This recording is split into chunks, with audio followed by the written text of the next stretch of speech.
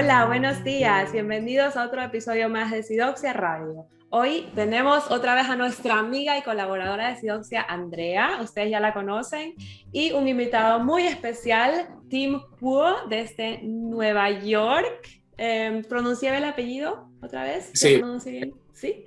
Ok. Muchísimas gracias por estar aquí. Estoy muy emocionada, la verdad. Hoy vamos a tratar un tema muy interesante y es la educación y entrenamiento de psicoterapeutas. Y bueno, Tim es alguien que tiene bastante experiencia en el campo, ha entrenado bastantes terapeutas, generaciones de psicoterapeutas y bueno, en Estados Unidos, y él nos puede contar mucho del tema. Hasta ahora hemos tratado temas desde la perspectiva del psicólogo, del terapeuta, ¿verdad? Y ahora vamos a hablar con un entrenador de psicoterapeutas, ¿no? Y bueno, el motivo de este episodio es para la gente que está pensando ir al psicoterapeuta, saber qué características debe tener un psicoterapeuta para que de verdad haga bien su trabajo, por ejemplo.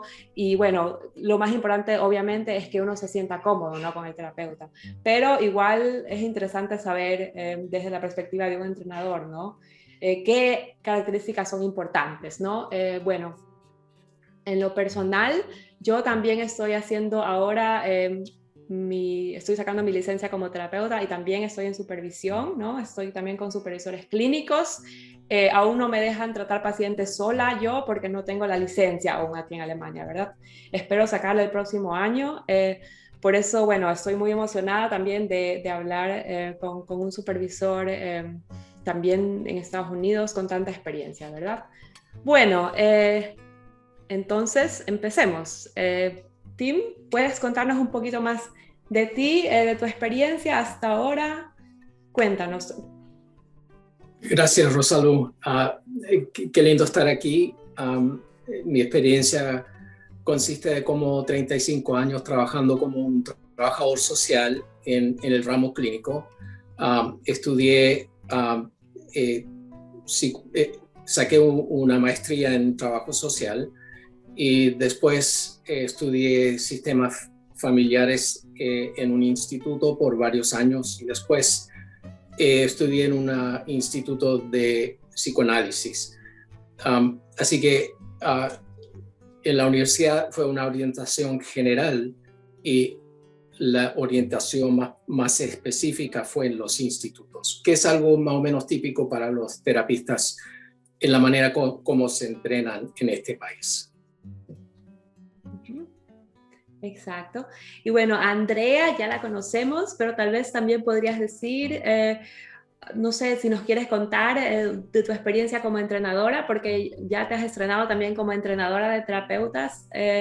Cuéntanos algo también Bueno, de ti un poco a más. mí Tim me entrenó como, bueno, él me dio la oportunidad de entrenarme en ese campo porque él, nosotros trabajamos en una agencia, él también todavía trabaja ahí, Family Services de Westchester, y él era el supervisor clínico, ¿no? El supervisor clínico realmente de toda la agencia era él, ¿no? Él va a todos los grupos y entrenaba y era conocido que era pues el más alto supervisor clínico de toda la agencia. Y él manejaba un grupo que era el grupo de estudiantes y él quiso pues dármelo, y en ese proceso porque pues él notaba que yo tenía habilidades de enseñanza, ¿no? Que lo habían notado mis profesores también en la Universidad de Guayaquil, porque yo empecé entrenando allá con Lacan, Jacques Lacan, y yo empezaba pues a dar clases y mis profesores habían notado que yo pues tenía la habilidad de traducir la clínica paso a paso. Y entonces él me ofreció a ese grupo, y ese grupo pues yo lo transformé en un programa de entrenamiento que se llama el FSW Training Program, y yo hablé un poco del FSW Training Program y de en qué consistía. Mi intención con ese diseño y ese programa de entrenamiento no era realmente completamente enseñar la técnica clínica pura, la técnica clínica completa, era realmente ayudar a la nueva generación a poder tener un trabajo eficiente, ¿no? A poder entrar a la institución y a poder ser, yo le llamaba employable, ¿no? Empleables, ¿no? Que tú por lo menos puedas saber cómo manejar lo que nosotros tenemos que manejar, que son los sistemas electrónicos para poder mandar los pagos a las compañías de seguros. Y nosotros tenemos que hacerlo de una manera que legalmente es concreta, que no nos va a dejar en problemas, porque en los Estados Unidos nosotros tenemos esos problemas, ¿no? Que hay muchas leyes y la gente demanda mucho por cualquier razón. Entonces, en el campo clínico, yo entrené a los terapeutas para que sean conscientes de que si vas a trabajar, estas son las cosas que tienes que saber solamente para trabajar. No lo que nosotros pues estamos hablando de que Tim fue a un instituto de psicoterapia sistémica. Yo también cuando me entrené fui al instituto junguiano y al instituto lacaniano, y nosotros pues vamos a institutos a entrenarnos. Tú también, Rosalux, fuiste al instituto de la psicoterapia sistémica, de psicoterapia, y muchos otros institutos. Pero entonces yo me entrené así a ser supervisora clínica y les enseñé las habilidades que la agencia necesitaba. La agencia en ese momento también, Tim estaba empujando el Trauma Systems Therapy, y entonces yo me enfoqué en ayudar a esta generación de clínicos a poder trabajar con las demandas de la agencia. Pero no es lo mismo que yo hago ahora con mi grupo, por ejemplo, que mis terapeutas, yo los entreno en todas las habilidades clínicas que puedo. Exacto. Y que yo conozco. Ok. Bueno, qué interesante la verdad. Y bueno, adentrarse a ese rol como entrenadora, bueno, tal vez nos podrías contar un poquito, Andrea, cómo fue para ti cambiar ese rol, ¿no? De terapeuta, ahora entrenadora de terapeutas. ¿Hay alguna cosa que nos quieras contar de tu experiencia, de lo que aprendiste? No sé, ¿hay alguna cosa que nos quieras contar en ese aspecto de ese cambio de roles, ¿no? Ahora, y sobre todo tal vez en la relación, ¿no? Porque la relación con el terapeuta, la relación terapeuta-paciente es ya diferente de la relación supervisor clínico-terapeuta, ¿no? Entonces es muy interesante, es también una relación, la hablamos hace poco también con Tim. ¿Cómo describirías tú ese cambio de roles? ¿Se te hizo difícil o...? Yo creo que es asumir una posición de estudiante. Para mí fue muy difícil la transición. Yo creo que si Tim no me hubiera ayudado y si yo no tuviera el respeto que tengo por él, y si yo no hubiera entendido su condición, ¿no? Que él era el maestro y él era el que sabía las habilidades clínicas y que mucha gente a él le tenía mucho respeto. Y entonces yo en esa transición tuve que aprender mucho, porque es una transición difícil en el asunto del ego, porque te estás encargando de algo que realmente es muy grande. Yo lo asumí como que tenía mucha grandeza, ¿no? Entonces yo asumí un rol de estudiante, de que tenía que yo dejarlo bien a él, ¿no? De realmente ordenar las cosas, y en ese proceso yo encontré mi propio estilo de supervisión, porque el estilo de él era un estilo, es más democrático, es un estilo más de proceso, ¿verdad? De relación. El estilo, entonces, como era un estilo de proceso y de relación, la relación entre él y yo me enfoqué mucho en la relación entre él y yo, ¿no? Bueno, decirle, bueno, ¿esto qué te parece? ¿No? ¿Cómo lo hago por aquí? ¿Cómo voy por allá? Pero él me dejaba mucho hacer lo que yo quería, ¿no? En el sentido, o sea, él me decía, no, tú estás bien, hazlo como tú quieras, ¿no? Tú manéjalo, tú manéjalo, ¿no? Que tú misma encuentres tu estilo, me imagino, ¿no? Sí, también. Que encontrara mi estilo, pero mi estilo es de maestra, mi estilo es paso a paso, mi estilo es, bueno, yo tenía una pizarra incluso, o sea, una pizarra donde yo llevaba a mis estudiantes y todos les decía, bueno, tú quieres aprender Trauma Systems Therapy, que aún lo están enseñando como 5 años, yo te voy a enseñar paso a paso cómo es. Ok, estas son las facetas, y yo las escribía y le digo, esto es lo que tú tienes que entender. Primero, la química del cerebro. Esto es una técnica biológica. No es una técnica solamente, tú tienes que entender dónde está la activación cerebral en el sistema.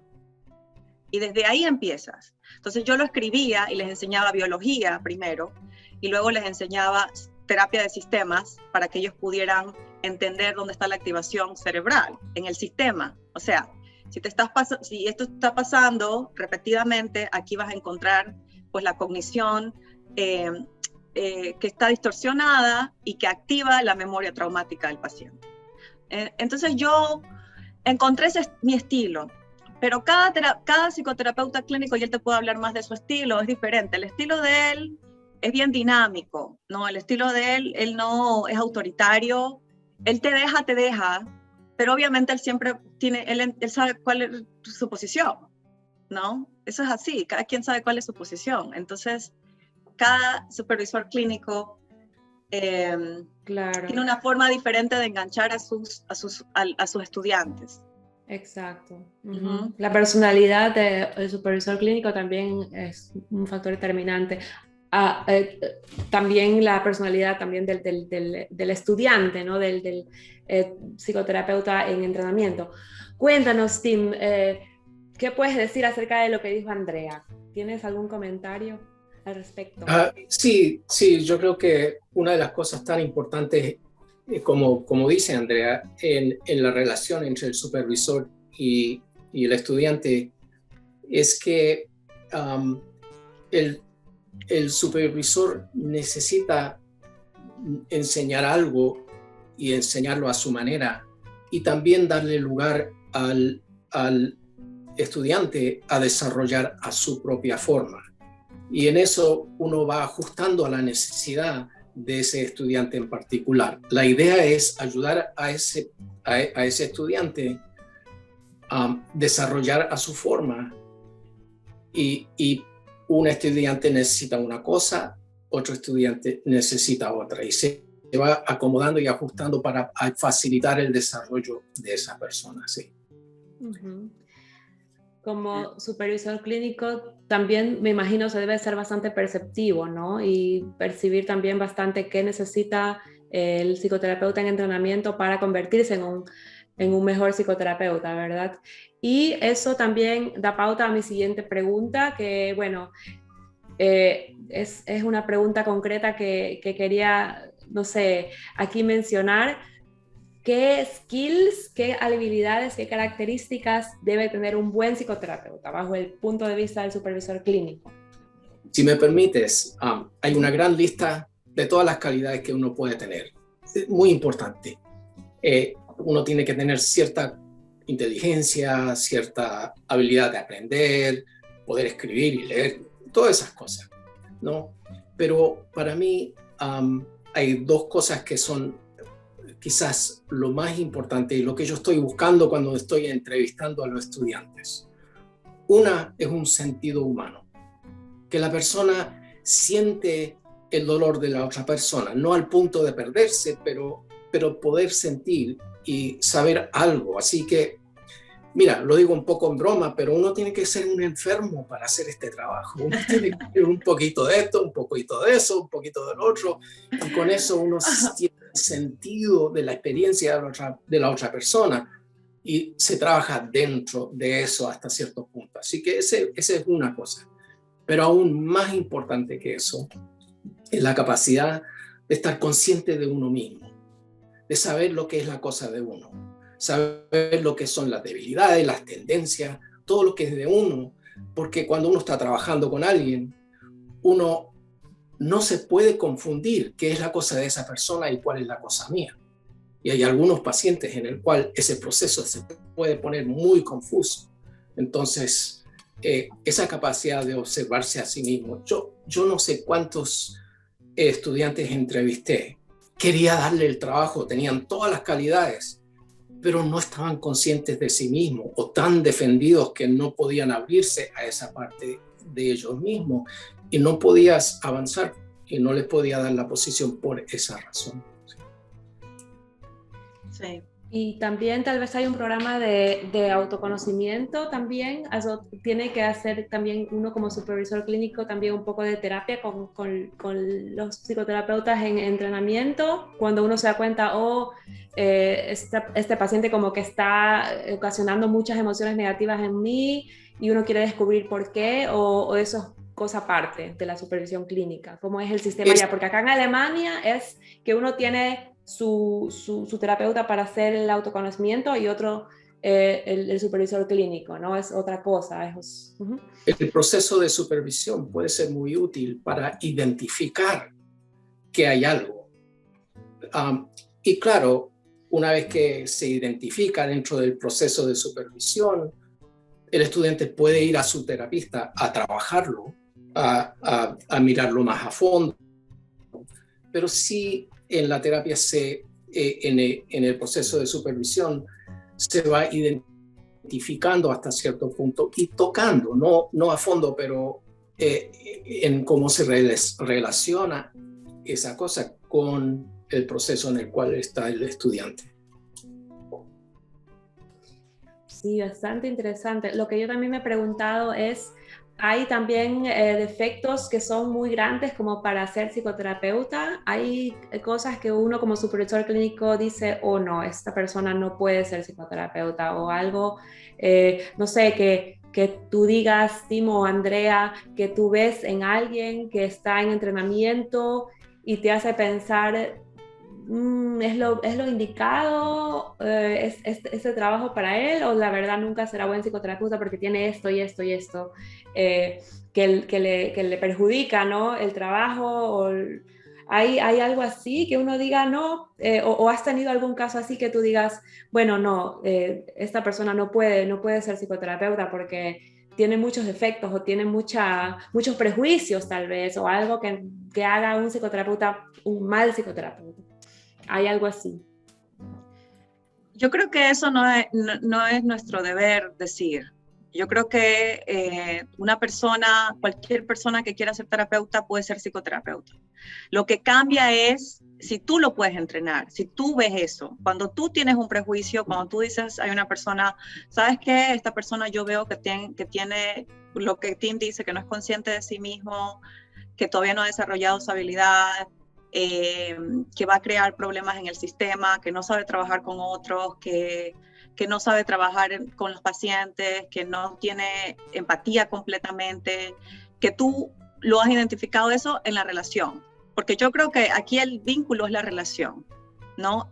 Al principio, nuestra profesión, desde los tiempos de Freud, ha sido una profesión en donde uno le da al otro el don.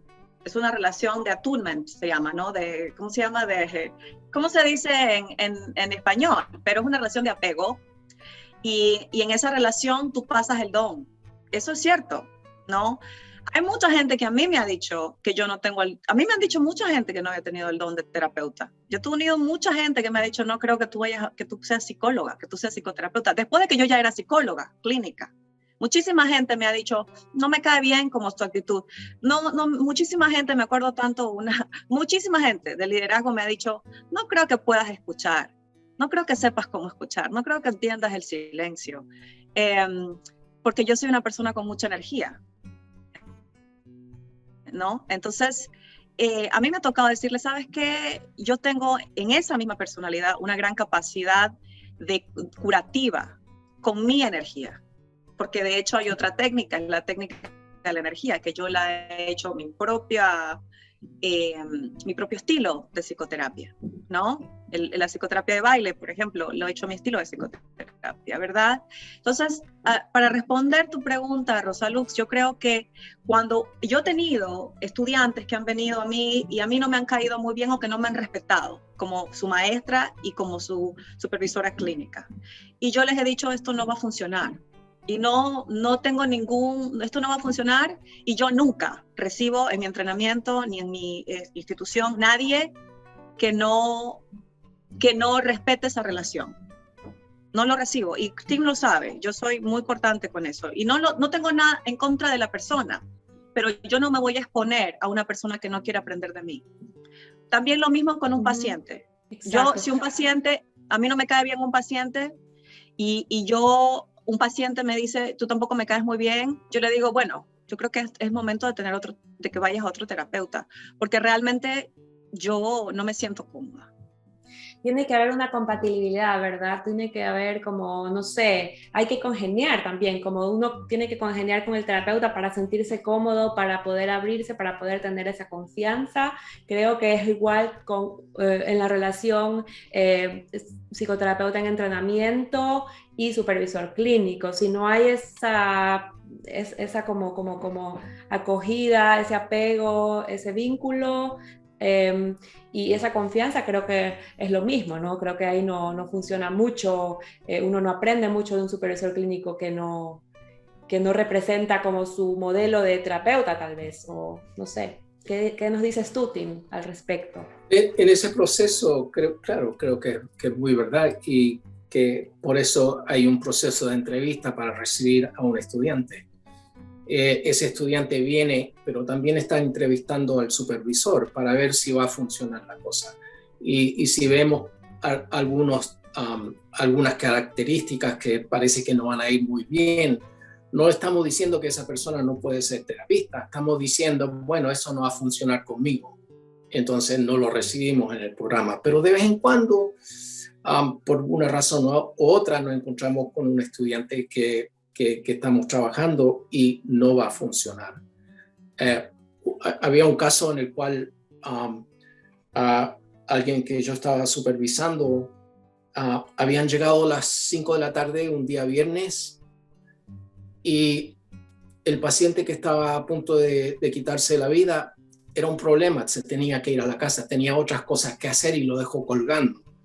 O sea, cosas así demuestran una falta de sentido humano, y ya se pone bien claro que más allá de ahí no se puede ir. Y entonces uno pone el freno. Y quizás otro supervisor lo recibe, pero es muy raro. La mayor parte del tiempo la cosa sí funciona. Claro, yo creo que la empatía es una característica demasiado importante. La empatía, el sentido humano, poder ponerse en los zapatos del paciente, poder sentir al paciente en su sufrimiento, en sus dificultades, es una característica bastante importante que me imagino un terapeuta sin empatía, bueno, no sé, feísimo, ¿no? Y bueno, claro, como dice Andrea, se puede, por ejemplo, rescatar, ¿no? Si uno tiene alguna característica, bueno, como tú dices, tu energía, ¿no? La puedes utilizar, la puedes como transformar y hacer tu técnica que sea compatible con eso para poder ayudar a mejorar al paciente, ¿no? Que es lo que estás haciendo con tu técnica de baile, que me parece espectacular, la verdad, ¿no? Pero tal vez con la empatía, con algo que de verdad falta, ¿no? Que uno se da cuenta, ok, tal vez de verdad falta, ¿no? Ya no se puede rescatar por ningún lado.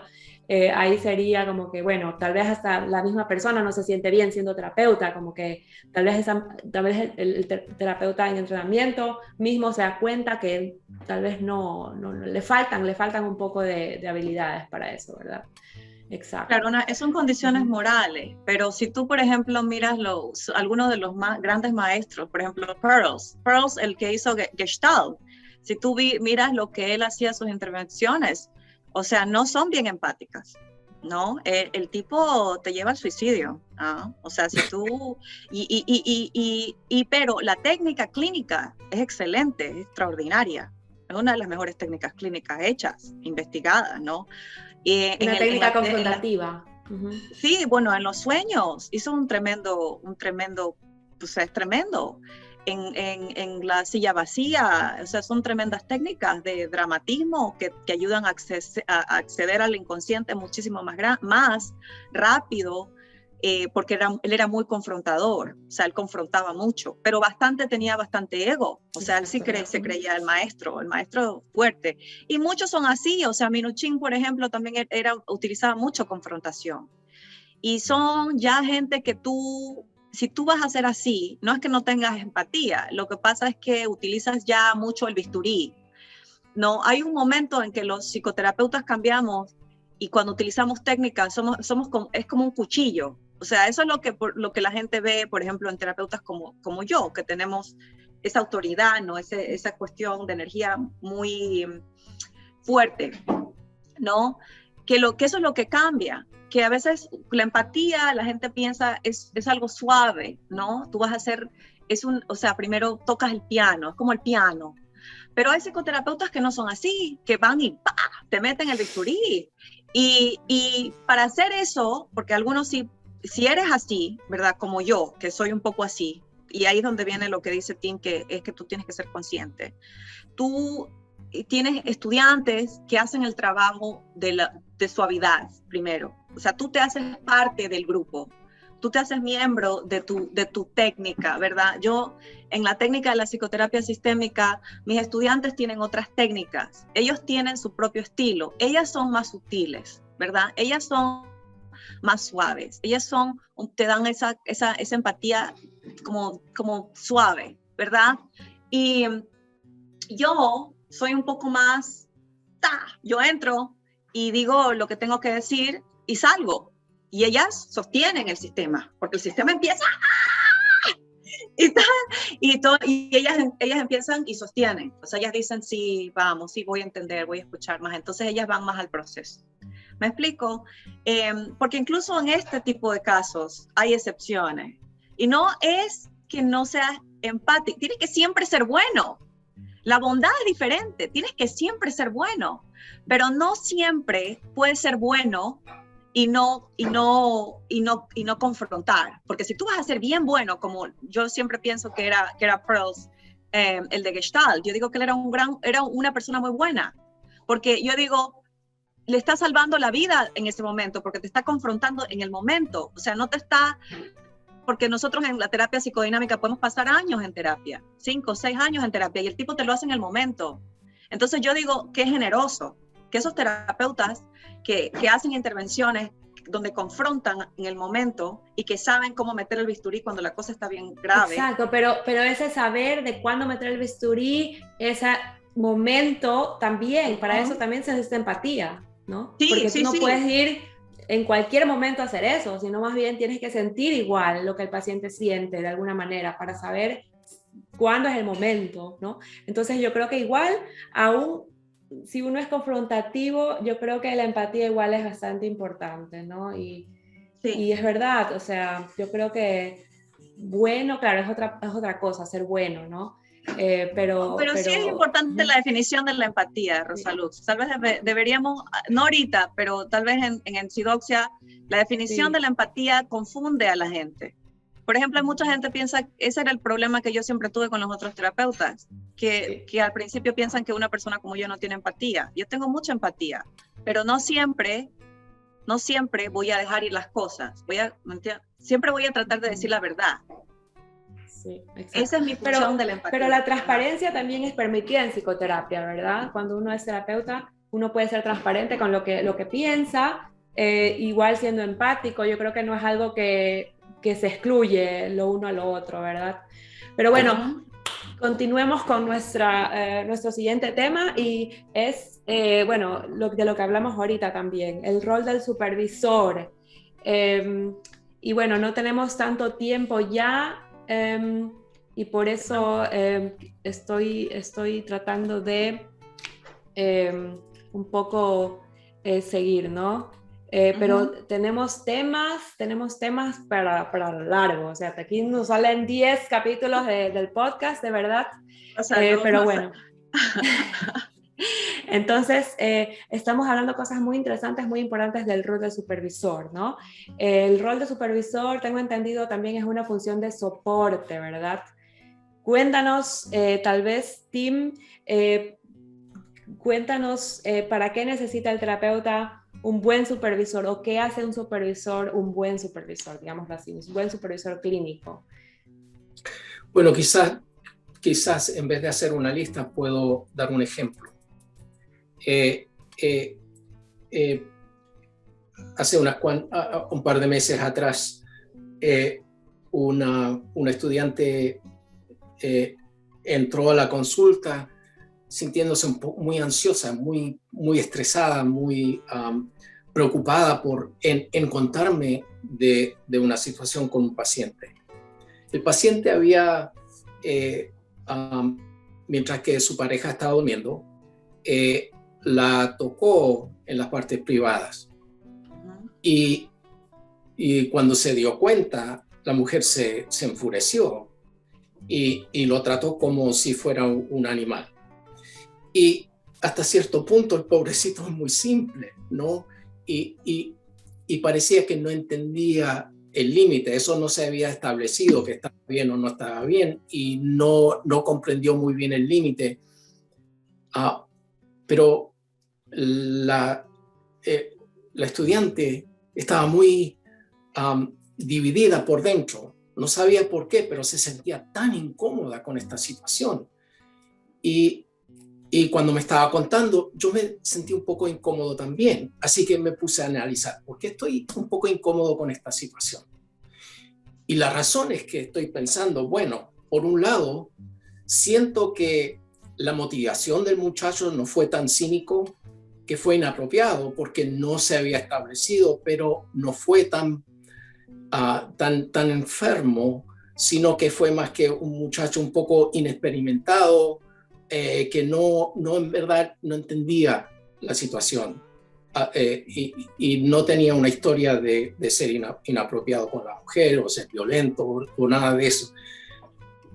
Pero en tomar esa posición estoy tomando un gran riesgo, porque por otro lado, violar a una mujer es algo tan impermisible y algo tan feo, y que se juzga apropiadamente tan severamente, que es como que si tomo esta posición estoy tomando un riesgo que me van a mirar como que estoy tomando el lado del abusador.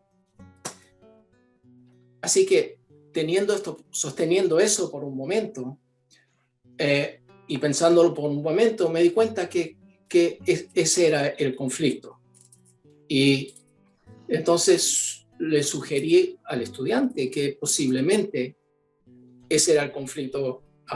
Bueno, le pregunté si acaso ella estaba sintiendo ese conflicto, que al joven lo vemos no como tan enfermo, pero la situación aparenta algo mucho más severo, y se sentía en conflicto por esos dos lados, y con eso toda la tensión se desapareció, porque con eso se dio cuenta que eso es lo que estaba a la raíz de su incomodidad.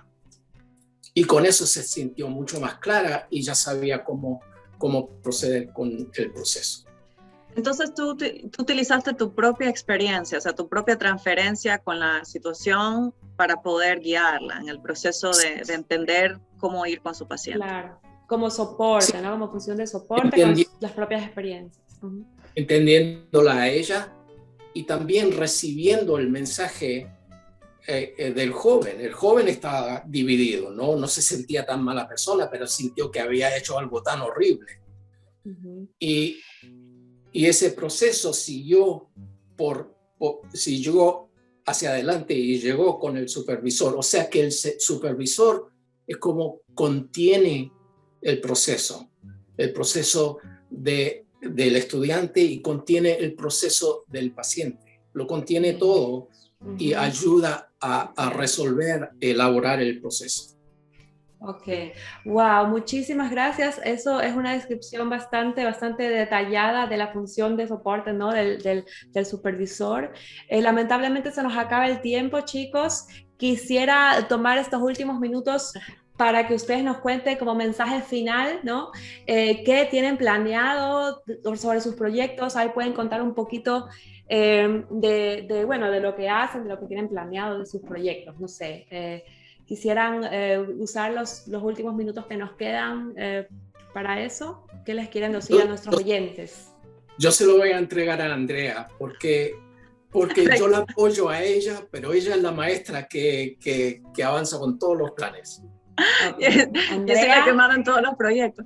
Bueno, nosotros, claro, uno de nuestros primeros proyectos que estamos ahorita tratando y estamos pensando es, porque tenemos el grupo del Centro de la Psicoterapia Sistémica, pero queremos hacer un instituto porque nosotros realmente queremos seguir nuestra misión de enseñar, de educar psicoterapeutas. Y estamos pues trabajando en un currículum. ¿Qué currículum en español es correcto? Yo de verdad que a veces está correcto, currículum, porque a veces se me entiende, se me cruzan las palabras. Y estamos trabajando en eso, básicamente en un currículum de trauma y de cómo utilizar las técnicas sistémicas para ayudar con el trauma, ¿no? Y porque los dos hemos sido entrenados en esa escuela, pero también queremos llevar de alguna manera la educación de psicoterapeutas pues al español, a Latinoamérica Y algunos de mis colegas también de la Universidad de Guayaquil pues me han hablado de ir a dar conferencias allá, a las universidades en el Ecuador. Y eso yo creo que sería nuestro proceso, nuestro siguiente paso en nuestro trabajo como supervisores clínicos. Okay. ¿Tienes algo más que decir de eso, Tim? No, está bien. Perfecto. Muchísimas gracias. No te olvides que estamos formando un instituto sí. para el entrenamiento de los internos. Sí, sí, estamos formando un instituto. Eso es lo que...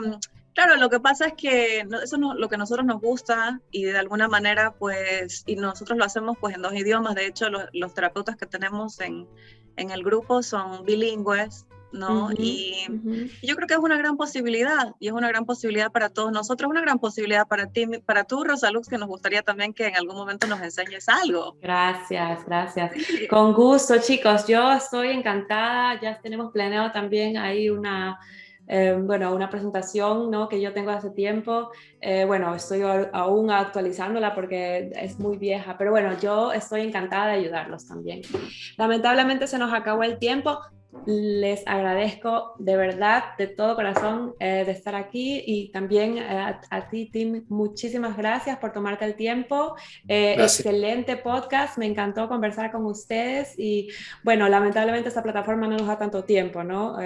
Tenemos tantas cosas de qué hablar, de aquí pueden salir 10 capítulos, la verdad, y muy interesante todo. Muchas gracias. Entonces les deseamos, oyentes de Sidoxia Radio, que tengan una excelente tarde y que esperen a nuestro próximo capítulo, y que nos sigan en nuestras redes: Facebook como Sidoxia, Instagram sidoxia.blog, y también, bueno, nuestro blog de artículos, si les gusta leer, en Blogspot, ¿no? Muchísimas gracias. Bueno, muchísimas un saludo gracias, grande. Gracias. Chao. Muchas gracias. Muchas gracias.